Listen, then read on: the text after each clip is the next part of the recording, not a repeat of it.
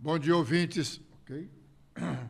Bom dia, ouvintes da Rádio Assunção Cearense. Bom dia, internautas do blog do Edson Silva. Estamos começando agora o nosso programa desta terça-feira, dizendo que os integrantes da Comissão Parlamentar Mista de Inquérito, CPMI, estão reunidos agora para definir os convocados ou convidados a prestarem os primeiros depoimentos na investigação que faz o Congresso Nacional para apurar responsabilidades de agentes públicos, inclusive por omissão, nos atos de vandalismo que ocorreram em Brasília no dia 8 de janeiro passado, causando danos materiais às instalações do Congresso Nacional, do Poder Executivo e do Poder Judiciário. Estamos acompanhando a sessão e já voltaremos a noticiar sobre o seu curso. Neste momento, são vários os levantamentos de questão de ordem e isso atrasa a pauta principal, que é exatamente definir os convocados ou convidados a prestarem os primeiros depoimentos. Bom, o jornal Folha de São Paulo, em sua edição de ontem, deixando em destaque o dia todo no site UOL, publicou uma matéria denunciando tortura no estado do Ceará por parte do titular da Secretaria Penitenciária, responsabilizando pessoalmente o secretário Mauro Albuquerque.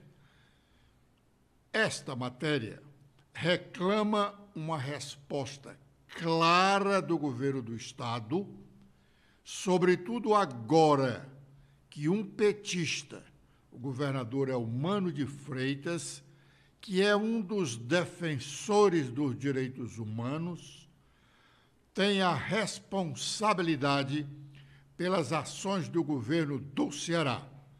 A matéria diz, em outras palavras, ou melhor, diz textualmente o seguinte: o título da matéria é Técnica de tortura de quebrar dedo de presos é detectada em 5 estados. Aí tem o outro lado. O governo do Ceará diz repudiar qualquer ato que atente contra a dignidade humana. E o Ministério da Justiça, questionado sobre este caso de tortura, afirma não ter confirmado casos. Muito bem, quebrar dedo de presos é conhecido por alguns cearenses que têm um pouco mais de idade. Tinha um oficial da polícia aqui no estado do Ceará, na época que não existia, ou que a Polícia Civil não tinha as competências que tem, então a Polícia Militar fazia uma boa parte do que faz hoje a Polícia Civil. Então, esse oficial, quando era designado para comandar um batalhão ou uma delegacia, dizia-se comumente: vão desaparecer os ladrões dessa região. Por quê? Porque o oficial, quando os seus subordinados prendiam alguém acusado de roubo, ele quebrava os dedos do acusado ou do ladrão. Portanto, os meliantes, como diz a crônica policial, tinham medo do delegado e se afastavam da área que ele estava comandando. Pois bem, diz a matéria da Folha de São Paulo. As audiências mal haviam começado quando o juiz Raines Viana de Vasconcelos, titular da primeira vara de execuções penais de Fortaleza, no Ceará, informou aos funcionários que suspenderia a sequência da pauta daquele dia para verificar pessoalmente uma grave notícia trazida por um preso durante depoimento. Prossegue a notícia. Na companhia de um promotor e de um defensor público, também presentes à sessão interrompida, o magistrado seguiu para um presídio de Itaitinga, na região metropolitana de Fortaleza, onde 72 presos haviam sido espancados na noite anterior por agentes penitenciários. Parte tinham dedos fraturados. Abre parêntese. Um seriado da Netflix não mostra o que era aquilo. Está entendendo?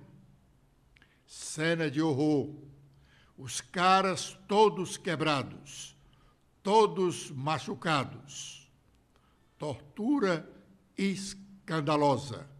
Fecha aspas, disse o defensor público Delano Benevides de Medeiros Filho, um dos integrantes do grupo e o primeiro a detectar os feridos, conforme diz. Continua a informação da Folha de São Paulo. O flagrante feito por autoridades cearenses no final de setembro do ano passado concretizou as suspeitas que rondavam o sistema prisional do Estado havia anos e que apontam para uma possível rotina de violência contra presos, que inclui uma técnica específica para quebra de dedos. Abre parêntese. Eles usam aqui a posição chamada de procedimento. O detento senta no chão, com pernas próximas ao corpo e cruza os dedos em cima da cabeça. Eles, agentes, batem com a tonfa, cacetete, nos dedos que estão cruzados em cima da cabeça. Isso provoca lesões, dependendo da força com que se bate. Provocam lesões graves, inclusive com a quebra do osso, diz o promotor Humberto Ibiapina Lima Maia, do NUINC, Núcleo de Investigação Criminal. Essa técnica, prossegue a notícia, essa técnica de quebra-dedos não é, porém, exclusividade do Ceará, segundo Bárbara Suelen Coloniese, perita do Mecanismo Nacional de Prevenção e Combate à Tortura. Ela já foi identificada também no Rio Grande do Norte, Roraima, Amazonas e Pará, todos locais de atuação da FTIP, Força Tarefa de Intervenção Penitenciária, espécie de Força Nacional para a atuação em presídios. Bom, aí prossegue a informação e vem as explicações do secretário do secretário Luiz Mauro Albuquerque Araújo, apontado, diz a Folha de São Paulo, apontado como um dos grandes nomes da Força Tarefa e um dos idealizadores do procedimento. Segundo ele, segundo as explicações do secretário sobre os dedos, foram em respostas às declarações da Universidade Federal do Rio Grande do Norte, Juliana Melo, antropóloga, que acompanhou as suspeitas de tortura no sistema prisional do Estado e que também integrava a mesa da audiência pública de 2017. O Estado do Ceará nega que tenha havido ou que haja tortura nos presídios. Mas é uma declaração muito simplória para o libelo que é esta denúncia. E repetimos, o governador Elmano de Freitas precisa vir a público com veemência esclarecer o denunciado. Bom, agora é o momento de sabermos quais as nossas manchetes. Stephanie. Olá, Edson. Olá, internautas do blog do Edson Silva. Agora, com as manchetes do nosso blog desta terça-feira, a gente destaca que o Conselho de Ética do Senado analisa pedidos de representação contra Cid Gomes e outros senadores. O colegiado atua para preservar a dignidade do mandato parlamentar, pois recebe e analisa representações ou denúncias feitas contra senadores, que podem resultar em medidas disciplinares, como advertência, censura verbal ou escrita, perda temporária do exercício do cargo ou perda do mandato. A gente também destaca que a União Brasil quer reavaliar indicações de ministros, diz Alexandre Padilha. Está na pauta, o partido União Brasil vem apresentando o desejo de reformulação da representação dos seus 3 ministros indicados. Isso é absolutamente natural que um partido queira apresentar isso, disse Padilha. A gente também destaca que a Comissão de Direitos Humanos analisa projeto que cria a Delegacia da Mulher em cidades com mais de 100 mil habitantes. Segundo a norma, na formulação de políticas e planos de atendimento à mulher em situação de violência domésticas, policiais civis dos estados e do Distrito Federal deverão dar prioridade à criação de delegacias da mulher, de núcleos investigativos de feminicídio e de equipes especializadas para o atendimento e a investigação das violências graves contra a mulher. Outro destaque que temos é que a CPI do MST ouve o ex-presidente do INCRA sobre os casos de invasões. Segundo a deputada Caroline de Toni, que propôs o convite, a história acadêmica, política e literária evidencia o conhecimento do ex-presidente sobre a questão agrária no Brasil. Agora, com os destaques nacionais, começando com a Folha de São Paulo, a gente fala sobre Forças Armadas, que o orçamento e a Mata Atlântica desafiam mega obra de 1,7 bilhões do Exército. O projeto da nova Escola de Sargentos em Pernambuco mobiliza políticos de 4 estados e ativistas do meio ambiente. Sobre o governo Lula, Lula convoca a ministra do Turismo para reunião em meio à pressão para demiti-la. União Brasil, partido de Daniela Carneiro, quer na vaga Celso Sabino. Agora a gente também fala sobre junho de 2013. Processos na esteira de junho de 2013 tiveram provas ilegais condenações e absolvições. Agora, com as atualizações do Estadão, a gente fala sobre negócios, que gigantes chinesas preparam ofensiva no mercado de eletrônicos, no Brasil. Investimentos marcam um novo ciclo das companhias asiáticas no mercado brasileiro, antecipado pelas coreanas Samsung e LG. Sobre política, o indicado do Centrão para o Ministério do Turismo emplacou sobrinho na Telebrás em vaga de 16 mil. Agora, com as atualizações do Globo, a gente destaca a coluna da Malu Gaspar, que ela diz que a fatura do União Brasil para apoiar o governo Lula vai além do Ministério do Turismo. O partido quer tratamento isonômico em relação a outras legendas que controlam ministérios. Sobre a coluna da Bela Megali, destaca o distanciamento marca a relação de Bolsonaro com ministros que nomeou para o Supremo Tribunal Federal. O PL avalia que Bolsonaro deveria estar se articulando na defesa de sua inelegibilidade. Muito bem. Nós estamos acompanhando a sessão da Comissão Parlamentar Mista de Inquérito. Continuam os debates, as questões de ordens.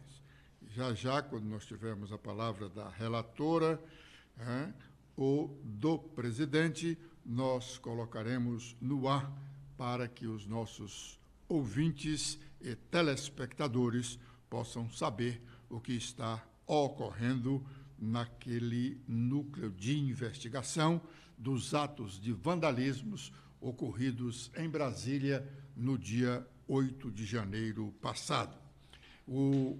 O gabinete do prefeito de Fortaleza, do prefeito José Sarto, nos pede espaço para uma entrevista com o prefeito ao vivo. Estamos tratando da questão e amanhã poderemos ter uma entrevista ao vivo com o prefeito de Fortaleza, José Sarto.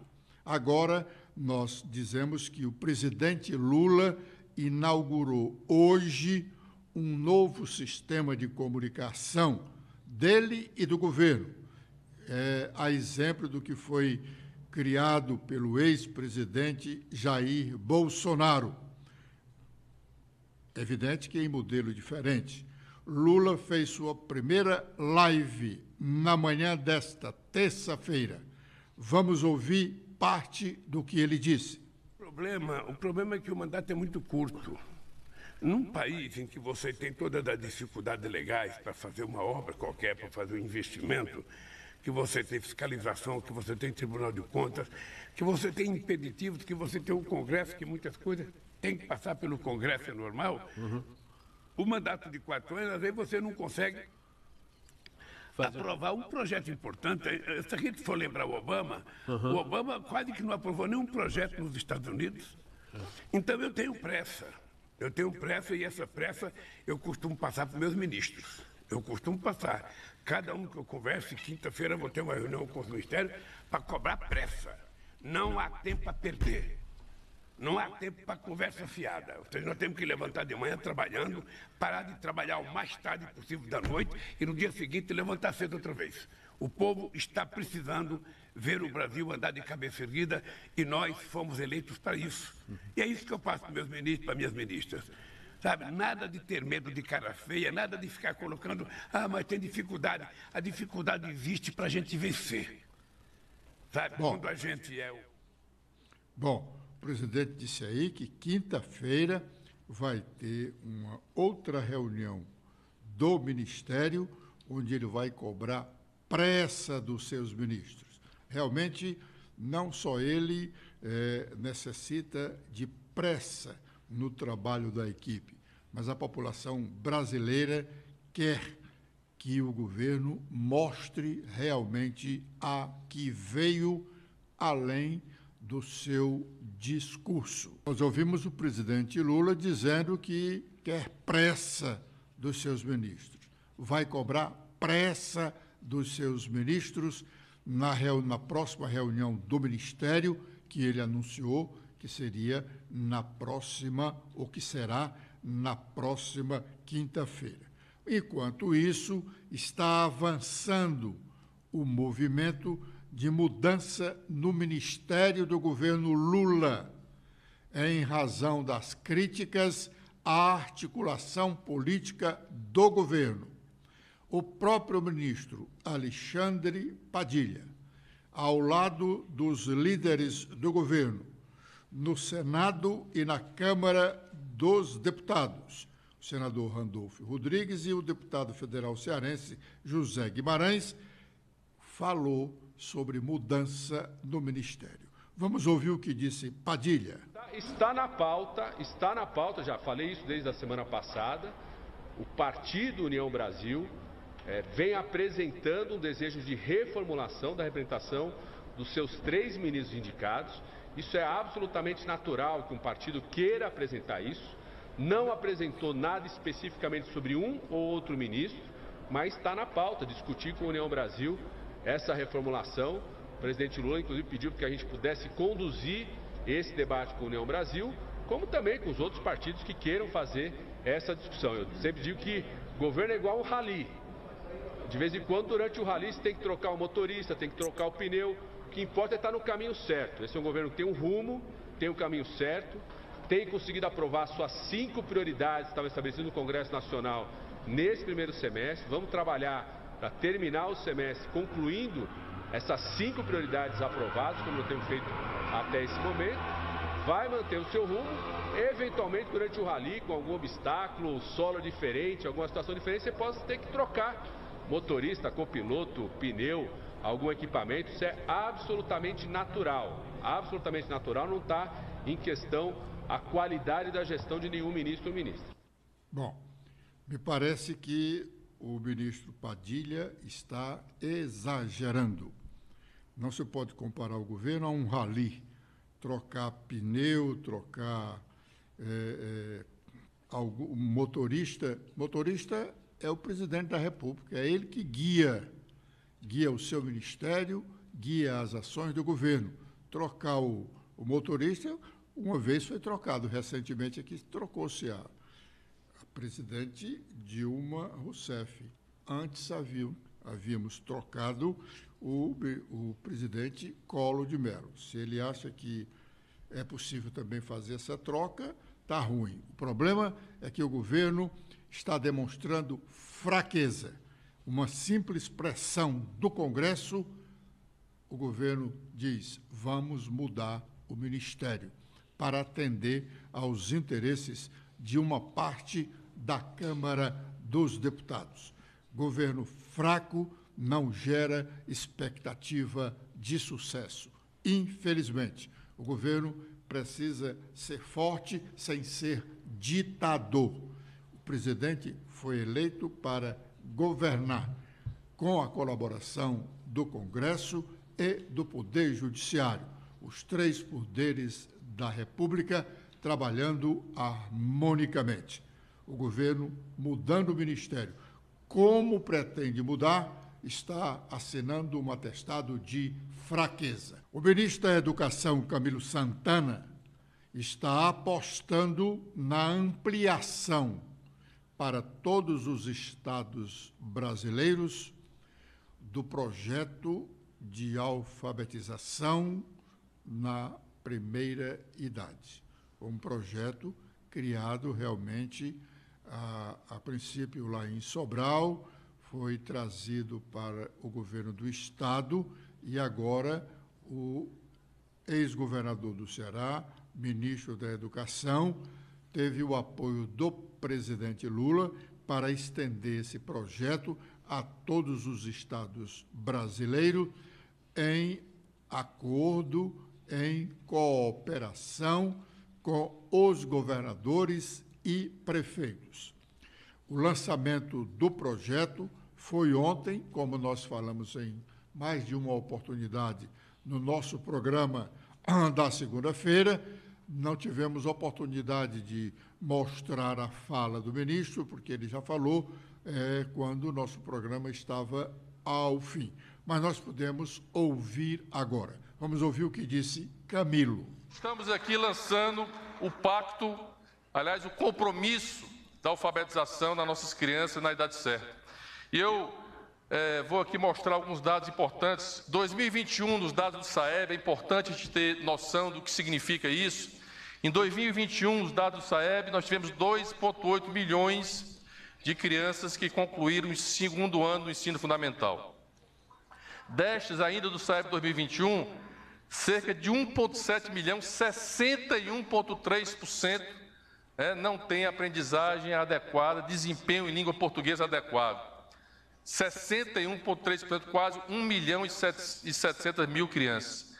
O dado do PIRS, que é uma avaliação de leitura que é feito internacional, olhe bem que é o aluno do quarto ano fundamental. O Brasil pela primeira vez participou e nós ficamos no quarto pior posição a nível internacional em 56 países avaliados. Portanto, nós partimos, esse é um dado real hoje do Brasil. Pode passar.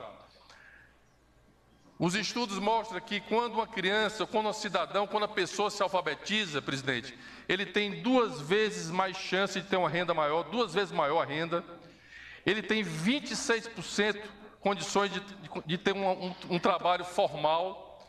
E ele tem, inclusive, a condição, minha cara Misha Nízia, de ter uma situação de saúde melhor quando ele é alfabetizado. Pode passar.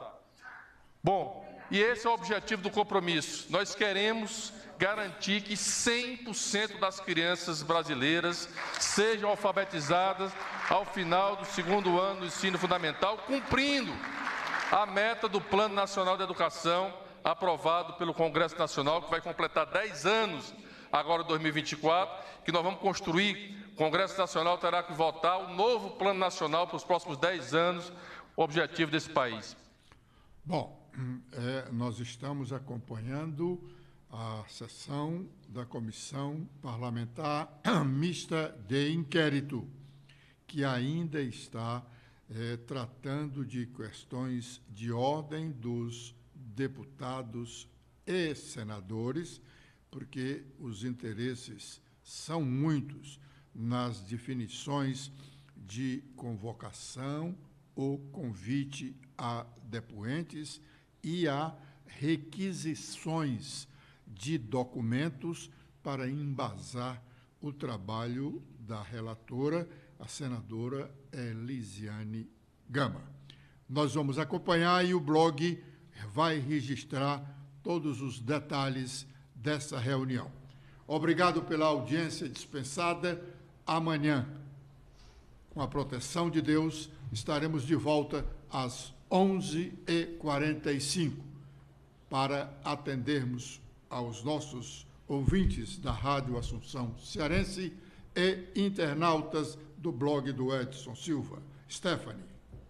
Nós agradecemos a audiência e você pode acompanhar mais notícias no nosso blog, que atualizamos diariamente. Até amanhã.